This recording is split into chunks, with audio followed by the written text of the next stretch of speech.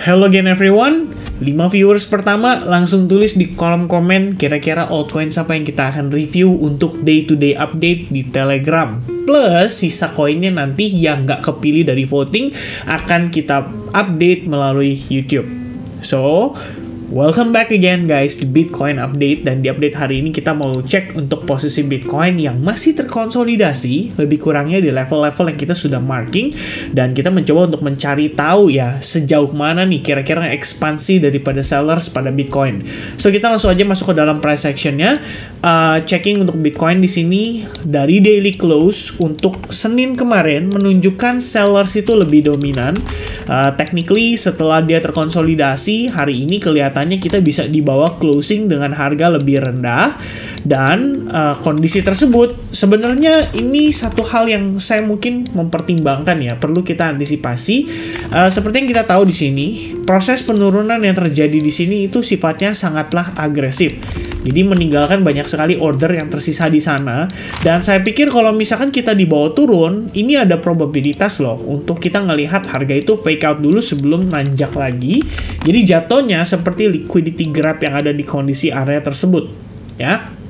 Kemudian baru-baru ini saya ngecek ya informasi update terbaru. Sekiranya hal apa sih yang mungkin bisa menyebabkan kita mengalami market yang mungkin cenderung bearish bias lagi, dan ternyata salah satu trigger yang mungkin kita perlu antisipasi, saya perlu cek dulu ya tadi di mana ya saya ketemu informasinya ya.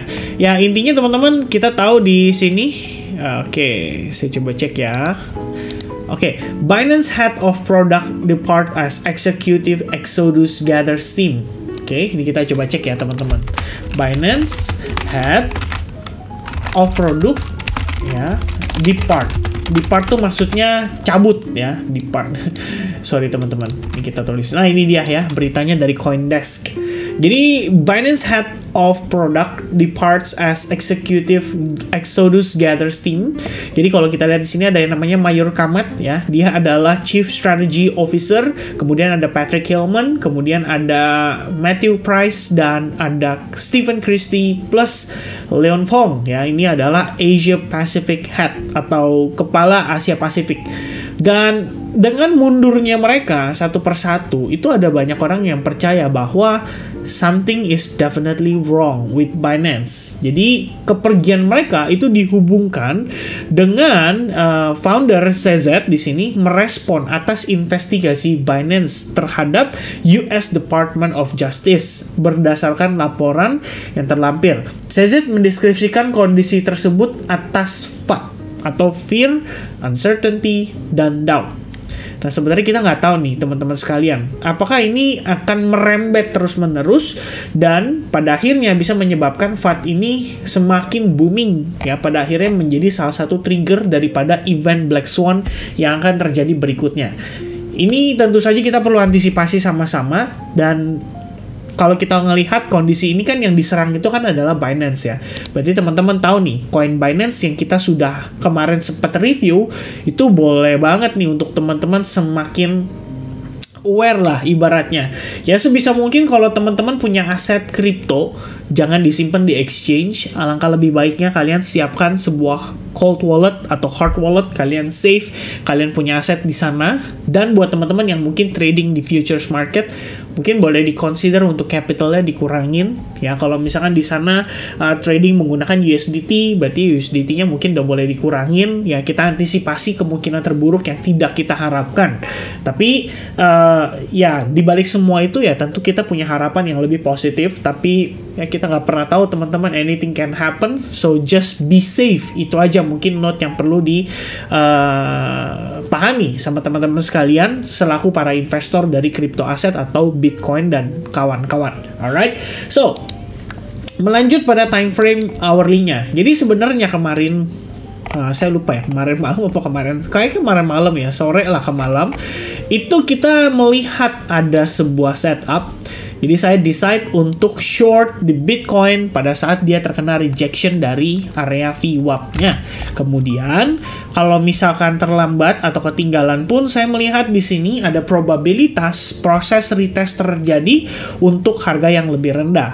Dan terakhir, posisi Bitcoin itu setelah kita lihat progres tersebut ternyata direspon dengan cukup positif. Jadi tekanan jual itu kembali masuk ke market dan tekanan tersebut membawa harga Bitcoin saat ini sampai di kisaran, ini lowestnya ya teman-teman, $25.500. Tadi kita lihat sempat terbentuk sebuah channel, kemudian sempat breakdown ke bawah, tapi langsung direspon dengan positif. Dia balik lagi testing terhadap previous high.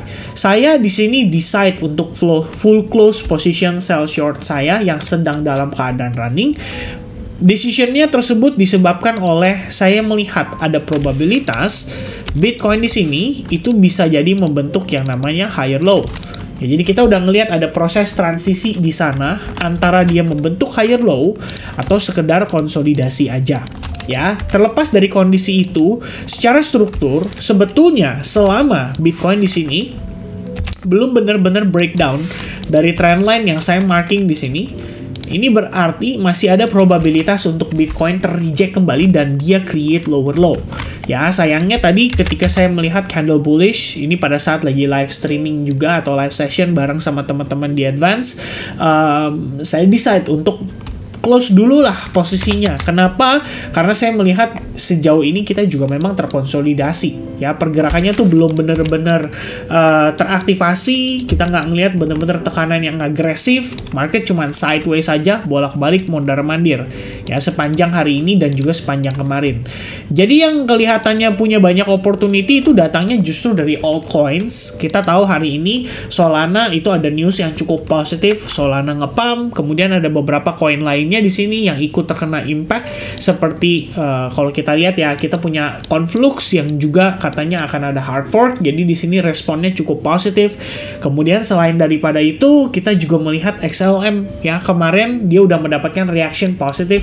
Tapi memang kalau XLM sendiri seandainya melanjutkan analisis kemarin ya, saya akan lebih prefer untuk mencari entry long itu dari area yang lebih rendah. Jadi saya mau cari koreksinya dulu sebelum saya decide untuk entry long position pada XLM. Setidaknya itu view saya untuk sementara waktu ini.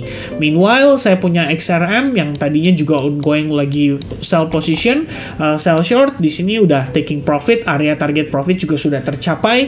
Jadi mungkin memang idealnya sudah exit gitu.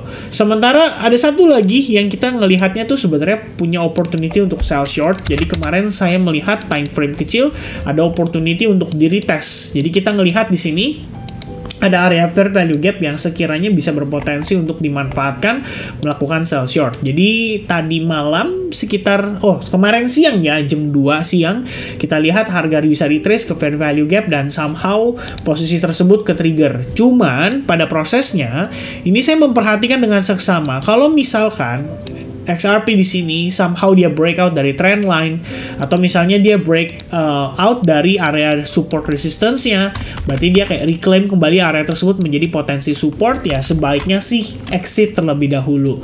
Berarti ini XRP juga sejauh ini cuma konsolidasi. Ya, kita lihat dia tidak mampu create lower low, tapi di saat yang bersamaan juga tidak mampu create higher high di sini ya, high level, low dan higher low. Jadi kayak ya dia konsolidasi aja di tengah-tengah. Lebih kurangnya seperti itu.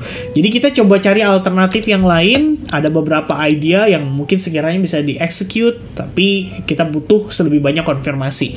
Meanwhile untuk Bitcoin sendiri di sini adalah yang utama kalau menurut saya. As long kita ngelihat Bitcoin belum breakout dari trendline ini berarti punya probabilitas untuk Bitcoin kembali turun lagi. Ya, itu kan tadi asumsi kita ngelihat di time frame kecil seperti 15 menit dan so far tampak seperti ada potensi dari lower low menjadi potensi higher low.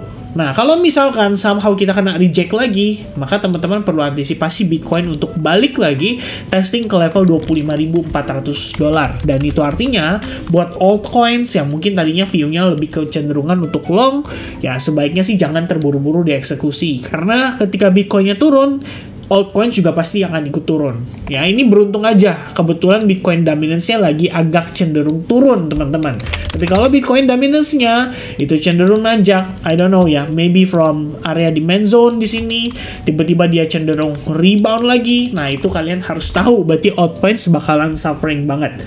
Oke, mudah-mudahan di sini informasi yang saya sampaikan cukup jelas. Intinya untuk Bitcoin secara struktur masih menunjukkan dominannya itu ada di sellers, bearish masih still in control. VWAP juga di sini masih menunjukkan bahwa sellers in control. So be safe dulu untuk saat ini.